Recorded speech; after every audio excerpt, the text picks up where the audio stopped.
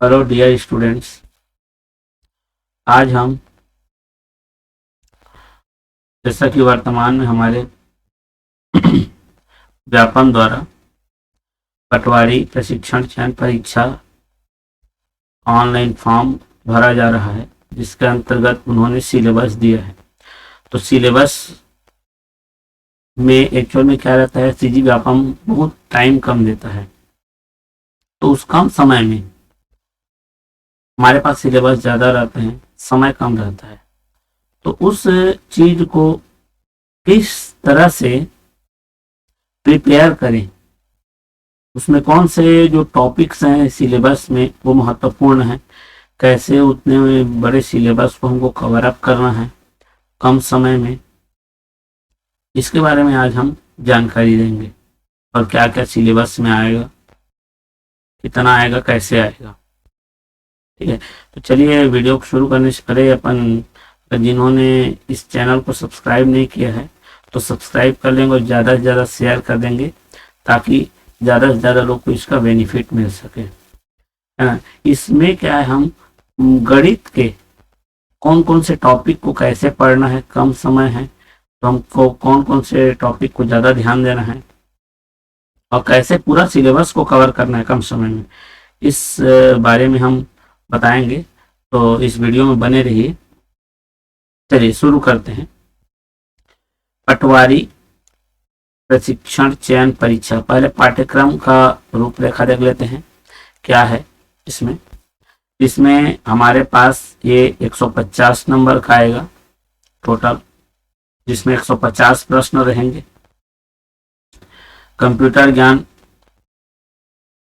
30 number, language मतलब Hindi English 10-10 number का, maths reasoning 30, 15, 45 मतलब 1/3 भाग, जनरल अवेयरनेस सामान्य ज्ञान 35 नंबर का, विविध, है ना।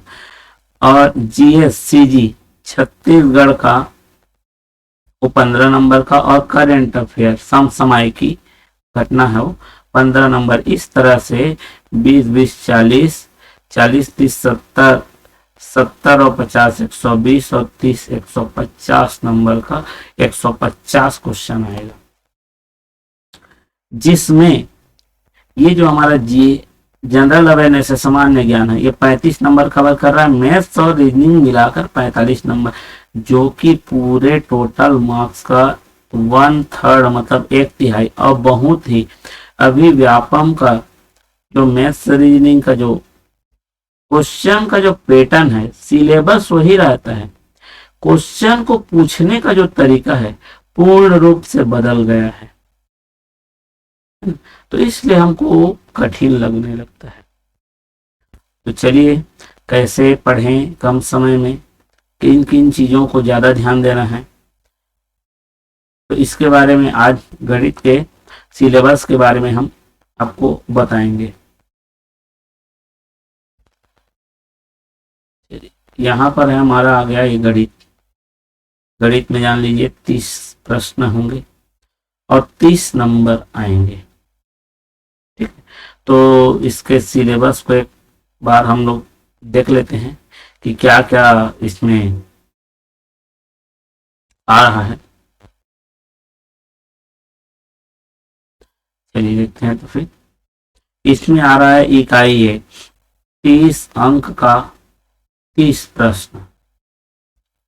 ठीक है, 30 अंक और 30 प्रश्न। चलिए देखते हैं इकाई 1। इकाई 1 में है प्राकृत संख्या, पूर्ण संख्या, पूर्णांक, परिमेय, अपरिमेय, वास्तविक संख्याओं पर आधारित संक्रियाएं। ठीक है, संक्रिया का मतलब होता है प्लस माइनस। प्राकृत मतलब नेचुरल नंबर, होल नंबर, और ये पूर्णांक का मतलब इंटीजर्स, परिमेय मतलब रेशनल, है ना, अपरिमेय मतलब इरेशनल, वास्तविक मतलब रियल नंबर, उससे रिलेटेड, और उन पर ऑपरेशन का मतलब होता है उनको प्लस माइनस, जोड़ घटाओ, गुणा भाग करना। ठीक है, प्लस माइनस, इनटू, डिवाइड। संख्याओं का वर्ग मतलब स्क्वायर, घन मतलब क्यूब, गुणनखंड मतलब फैक्टर्स, फैक्टराइजेशन। वर्गमूल मतलब स्क्वायर रूट, घनमूल मतलब हमारे पास क्यूब रूट, और घातांक के नियम मतलब लॉ ऑफ एक्सपोनेंट। महत्तम समापवर्तक मतलब HCF या GCD, पूरा डिटेल लिखेंगे डिटेल में।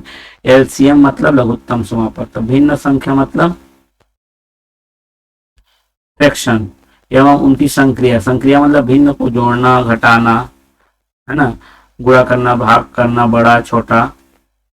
चलिए, औसत, चाल, समय, दूरी, average, speed, time and distance. मेरे को सिलेबस को बताने का एक बहुत बड़ा उद्देश्य है। चलिए यहाँ पर आ गया ये, वाह वाह, क्या है ये, बीजगणित, अलजेब्रा, है ना। बीजगणित मतलब अलजेब्रा इकाई 2, इकाई 2 बीजगणित अलजेब्रा।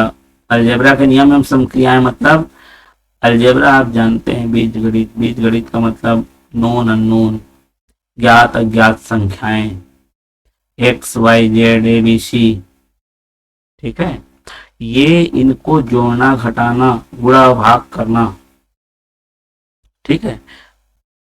अब एक चर वाले और दो चर वाले रैखिक समीकरण, समीकरण, ठीक है। औसत, चाल, दूरी, समय वही लिखा है, एवरेज, है ना, और स्पीड, टाइम, डिस्टेंस। अनुपात, समानुपात, रेशियो एंड प्रोपोर्शन, प्रतिशत, परसेंटेज, क्रय विक्रय मूल्य।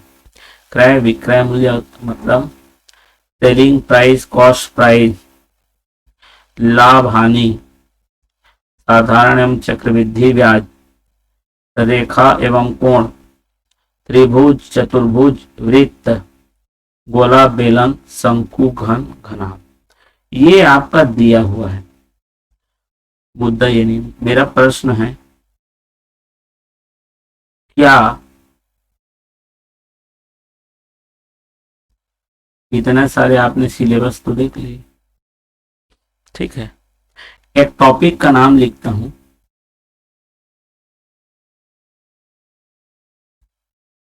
काम समय। जानते होंगे काफी मशहूर क्वेश्चन आता है इसमें से। 2 लड़के, 5 स्त्री, 6 पुरुष, समझे, वही काम समय। लिखा है क्या कहीं पे? बिल्कुल नहीं लिखा है। आएगा कि नहीं आएगा क्वेश्चन इस टॉपिक से? आएगा कि नहीं आएगा? बिल्कुल डेफिनेटली आएगा, पर तो लिखा नहीं है। चलिए सर, लिखा नहीं है इसमें, सिलेबस में नहीं आएगा, पढ़ने की जरूरत नहीं है, हालत खराब हो जाएगी। काम समय बहुत इंपॉर्टेंट टॉपिक दिया है, आपको दिख नहीं रहा है, कैसे दिखेगा वो आपको दिखाएंगे हम। नदी नाव,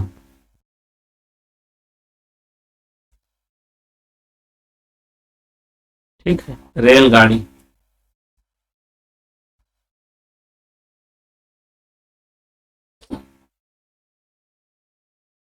ठीक है। काम समय, नदी नाव, रेलगाड़ी हो गया। मिश्रण, पाइप टंकी,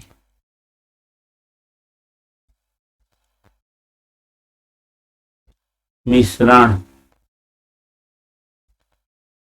बट्टा, दशमलव,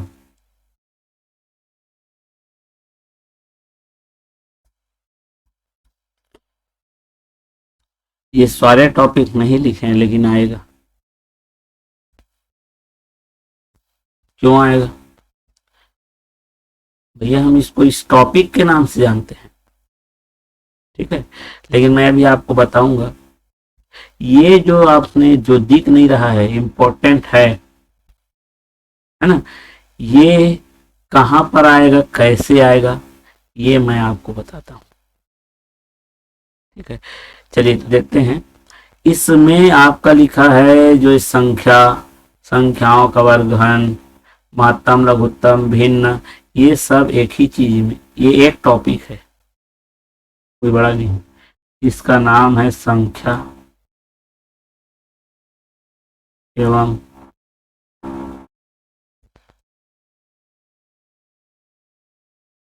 संक्रियाएं।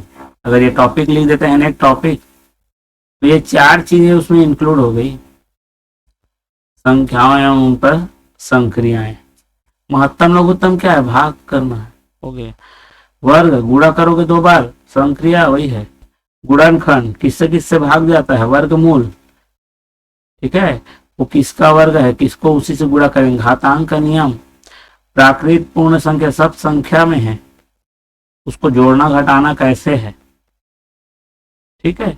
ये सारे जो 4 टॉपिक हैं 1 2 3 4, ये केवल एक चैप्टर है ये, ठीक है। अब 4 एक बन गया, जो बड़ा दिख रहा था सिलेबस छोटा दिखने लग गया, ठीक है। औसत चाल समय दूरी आगे और आया है, उसको उसी में डिस्कस करेंगे, ठीक है। चलिए क्लियर हुआ। तो ये 4 नहीं है, 4 के बजाय वो क्या है, केवल एक टॉपिक है, ठीक है। मतलब आपको केवल एक टॉपिक पढ़ना है, ठीक है। आप सोचोगे सर एक टॉपिक पढ़ने से 4 टॉपिक कैसे कंप्लीट होगा, बिल्कुल होगा। एक्चुअल में क्या बेसिक हम क्लियर रखेंगे तो ये जो बता रहा हूँ संख्या संक्रियाएं, मतलब नंबर एंड इट्स ऑपरेशन, ये सब उसी में आते हैं। यहाँ तक कि ये जो दशमलव लिखा है ना, ये दशमलव, ये भी उसी में आ जाएगा, किसमें, भिन्न संख्या में, ठीक है। चलिए दशमलव तो दिया नहीं अलग से, लेकिन क्या होगा, बटा है, बटा को हम लोग क्या करते हैं, जब वो पूर्ण रूप से भाग नहीं जाता तो क्या बन जाता है, वो दशमलव बन जाता है, अलग से वो कोई टॉपिक छोड़ना है नहीं है, इसीलिए नहीं दिया। दूसरा चीज बीज गणित, देखो बीज गणित कैसे जोड़ना है एक्स और वाई को, ए को बी के साथ, है ना। तो बीज गणित के मूलभूत नियम, अलजेब्रा बोलते हैं इसे, कुछ कुछ याद आ रहा होगा। अलजेब्रा खतरनाक होता भी है, X Y A B C, है ना, एक्स स्क्वायर वाई स्क्वायर, इस टाइप से जो टर्म्स से हमने पढ़ा है, ये सब किसके अंदर है, इनका संक्रिया करना, मतलब प्लस माइनस गुणा भाग करना। ये आ गया समीकरण। हाँ मैं यहाँ पर एक चीज और लिखूंगा, समीकरण में रैखिक युगपत, एक चर वाला दो चर वाला, एक चर मतलब एक अज्ञात, दो चर वाला मतलब दो अज्ञात, ठीक है। जैसे हम लोग खाली जो समीकरण पढ़ते हैं जिसमें खाली एक्स रहता है, कुछ ऐसे हैं जिसमें एक्स के साथ साथ क्या रहता है, वाई रहता है, ये पढ़ लिए हैं। अगर मेरा एक्स के साथ रूट एक्स हो जाए तो ये क्या आएगा, एक्स भी रहा, अब एक्स है, एक चर वाला है, लेकिन एक्स के साथ रूट एक्स है, ये आ जाएगा वर्ग समीकरण में, लिखा नहीं है, आएगा नहीं, मत सोचना, बोल देगा प्रश्न दे, बत सुनना ध्यान से, लिख नहीं रहा हूं। चलो ऊपर में लिखता हूं, एक संख्या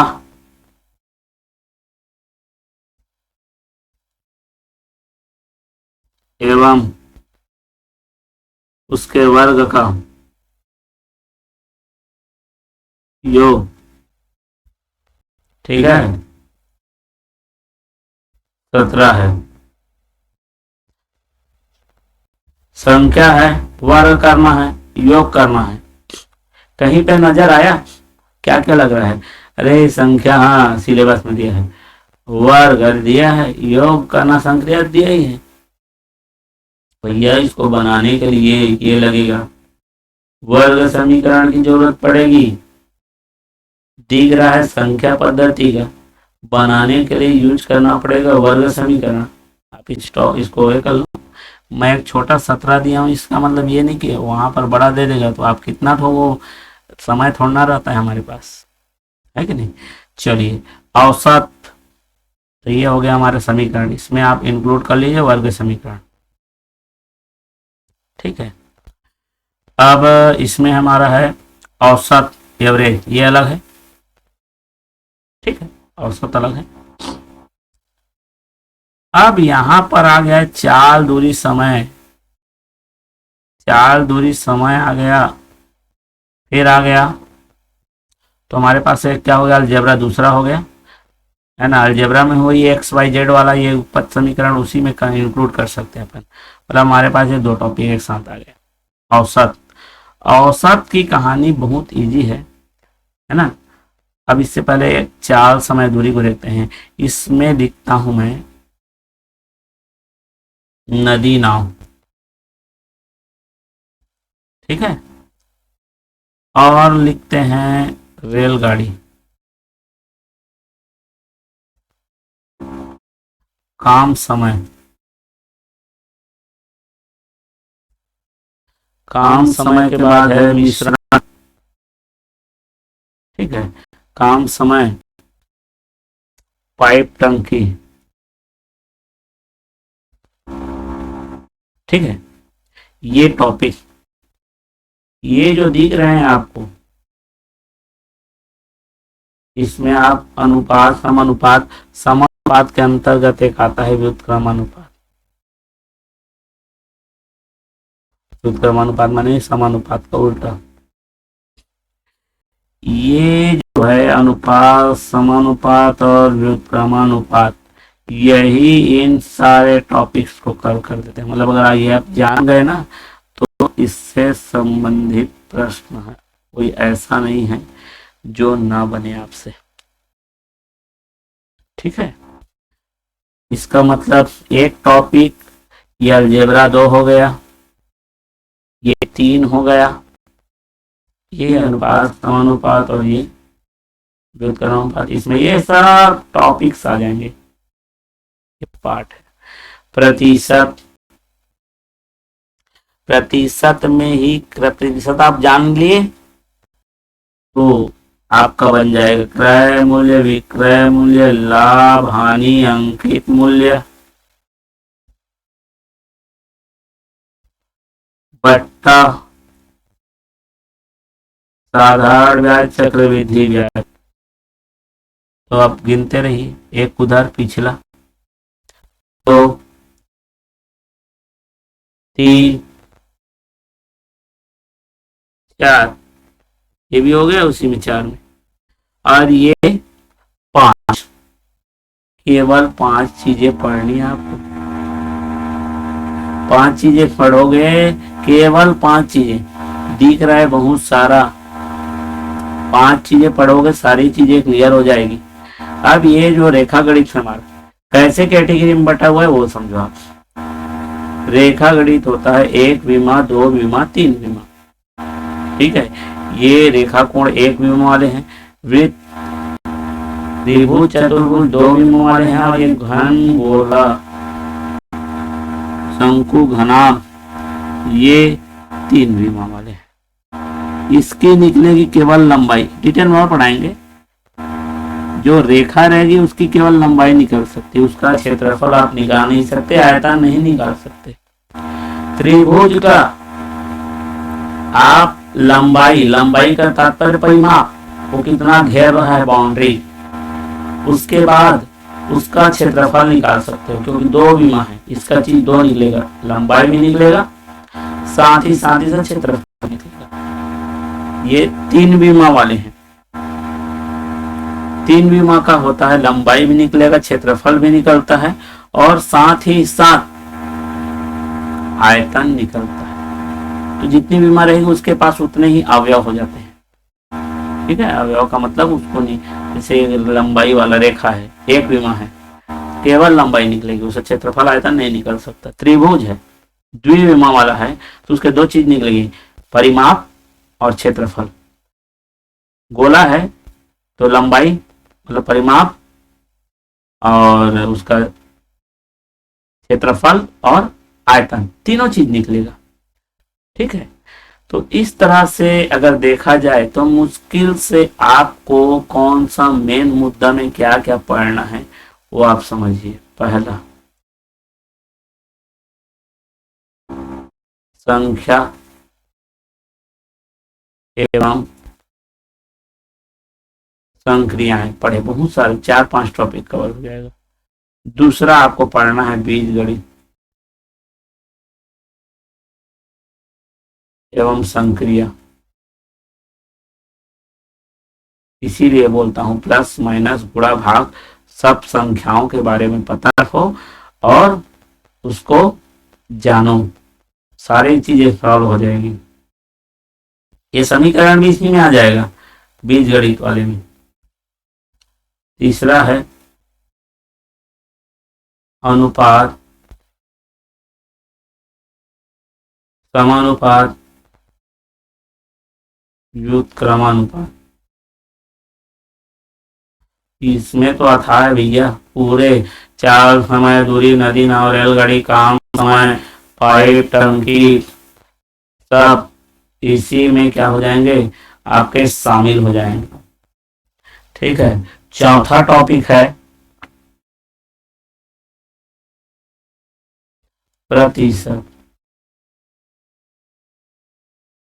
प्रतिशत में आपका लाभ, हानि, अंकित मूल्य, छूट, है ना, ये इसमें मिश्रण भी आ जाएगा। चलो, अनुपात समानुपात में वाले मिश्रण भी आ जाएगा। जैसे मिश्रण इतना परसेंटेज है, परसेंट में भी काउंट हो जाता है, अनुपात समानुपात में भी काउंट हो जाता है, क्योंकि मिश्रण इतने अनुपात में है, अनुपात में आ गया वो। ठीक है, कोई अलग से टॉपिक नहीं है। दूध और ये पानी का अनुपात, मिश्रण का अनुपात इतना है, तब वही। ठीक है। प्रतिशत में आपका आ जाएगा ये सब, क्रय मूल्य, विक्रय मूल्य, लाभ, हानि, अंकित मूल्य, बट साधारण ब्याज, चक्रवृद्धि ब्याज। पांचवा है रेखा गणित।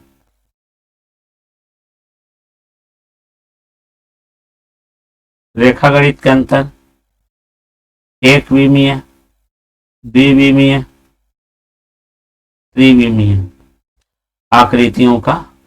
ठीक है, एक विमा का लिख लिया लंबाई, तो इसका मतलब लंबाई, क्षेत्रफल और आयतन। ये आपके 5 शॉर्टकट कर दिए, है ना। औसत को आप चाहें तो संख्या वाले में भी रख सकते हैं, या फिर अगर ये आपने इतना चीज जान लिया, आपसे कोई चीज नहीं, मतलब ऐसा नहीं है जो नहीं बनेगा। एक्चुअल में होता क्या है, आप ध्यान से सुनिए। प्रश्न आपके दो प्रकार के रहते हैं, एक होता है डायरेक्ट, एक होता है इनडायरेक्ट। समझिए बात को। मान लो आपको बोला, ठीक है, डायरेक्ट मतलब जैसे कि 0.3 का वर्ग प्लस 9 का वर्ग, इसका आंसर पूछा आपसे। ये डायरेक्ट संख्या दे दी गई है। यहाँ पर इनडायरेक्ट बोलने का मतलब क्या है? इनडायरेक्ट बोलने का मतलब है कि कोई संख्या और ये इनडायरेक्ट। एक्चुअल में क्या है, ये जो शाब्दिक है इसको बोलते हैं शाब्दिक। शाब्दिक प्रश्न, इबारती प्रश्न।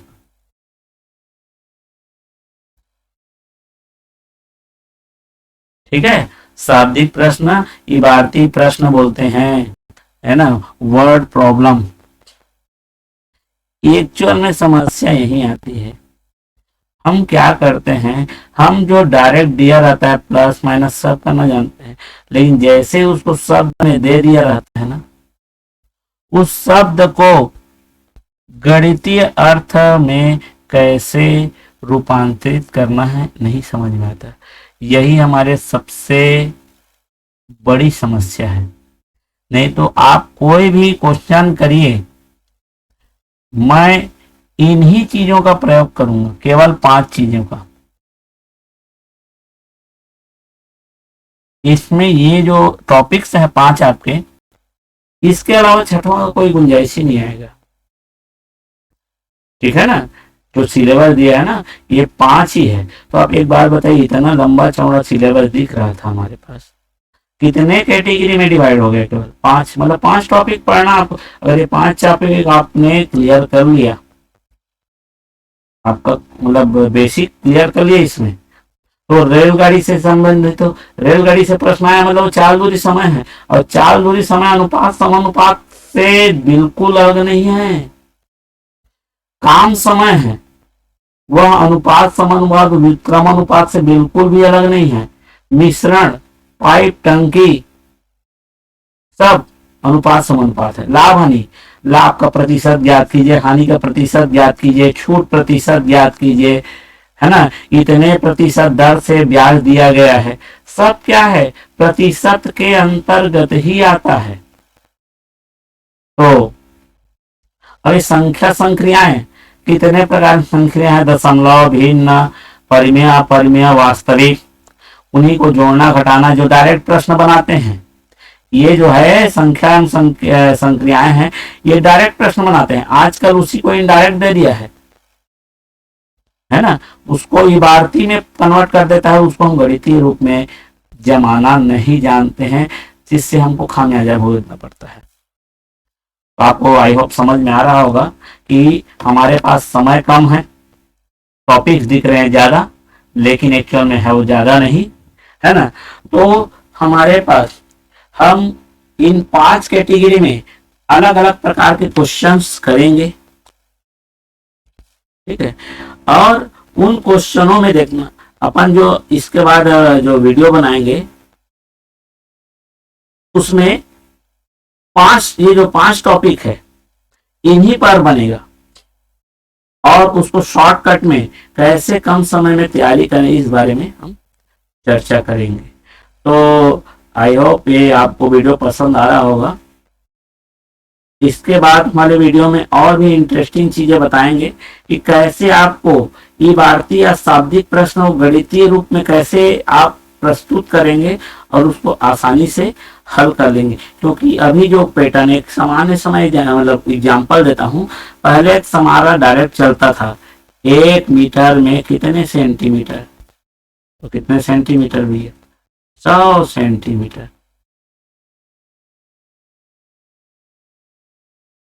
अभी अब उल्टा कर दे रहा है, 1 सेंटीमीटर में कितने।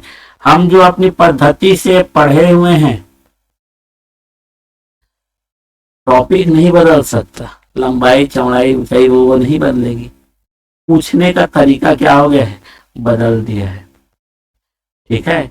अब इसी चीज को मैं मान लो, जैसे मैंने यहाँ पर बोला एक संख्या उसके वर्ग का योग 17 है, ठीक है। तो ये हमने बताया वर्ग समीकरण से हल होगा, लेकिन इसको संख्या, इसको वो किस बेस देना चाहता है, ये आपका संख्या पद्धति में ही चला जाएगा। बोलेगा वह संख्या निम्न में से है, परिमेय होगी, प्राकृत होगी, क्या होगी, ऑप्शन ऐसा दे देगा, आपको हल भी नहीं करवाएगा, एकदम थ्योरेटिकल पूछ देगा उसे, क्योंकि आप हमारी आदत बन गई हल करने की, ठीक है। तो कोई संख्या और उसके वर्ग का योग 17 है, ठीक है, तो उसमें या तो जोड़ा दे देगा, या तो कौन सी प्रकार की संख्या बनेगी ये बोल देगा, ठीक है। तो याद रखेंगे इस टाइप से, क्लियर है।